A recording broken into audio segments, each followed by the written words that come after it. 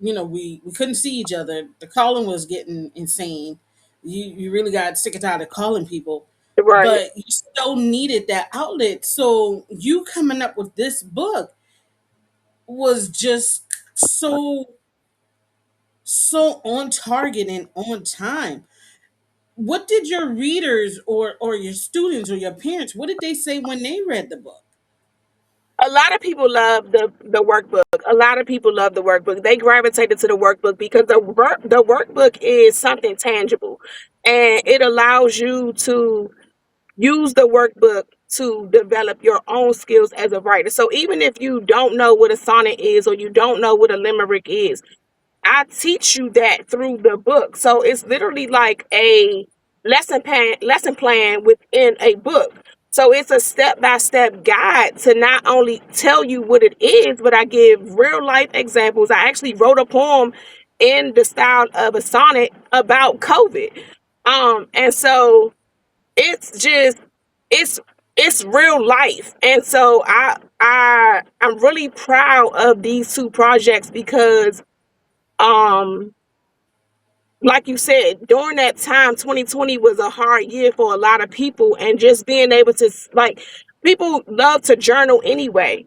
So if you want to think about it that way, think about, not only am I learning to write poetry, but I can use these poems that I'm learning to write as my journal entries. Like, this is me just jotting down, how my day went or how my week went, or what happened in my life, especially during that time when all of the educational systems was moved to online. So there's a lot of challenges for students.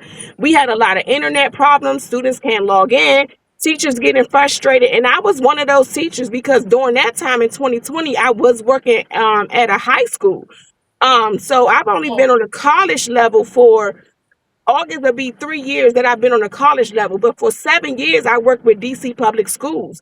And so when we moved to online, it was very frustrating because you're trying to keep students interested, you're trying to keep students engaged, and you behind a screen.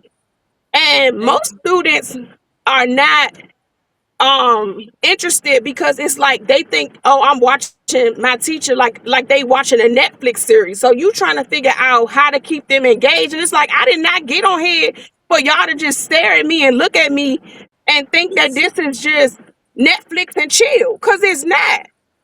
And so listen, literally I wrote the book listen. as a way to help incorporate this book into what you're doing every single day anyway, as an outlet for everybody. This is an outlet for teachers, an outlet for parents. I mean, parents had, like, think about the summertime when your kids are not in school. This is a great outlet for them.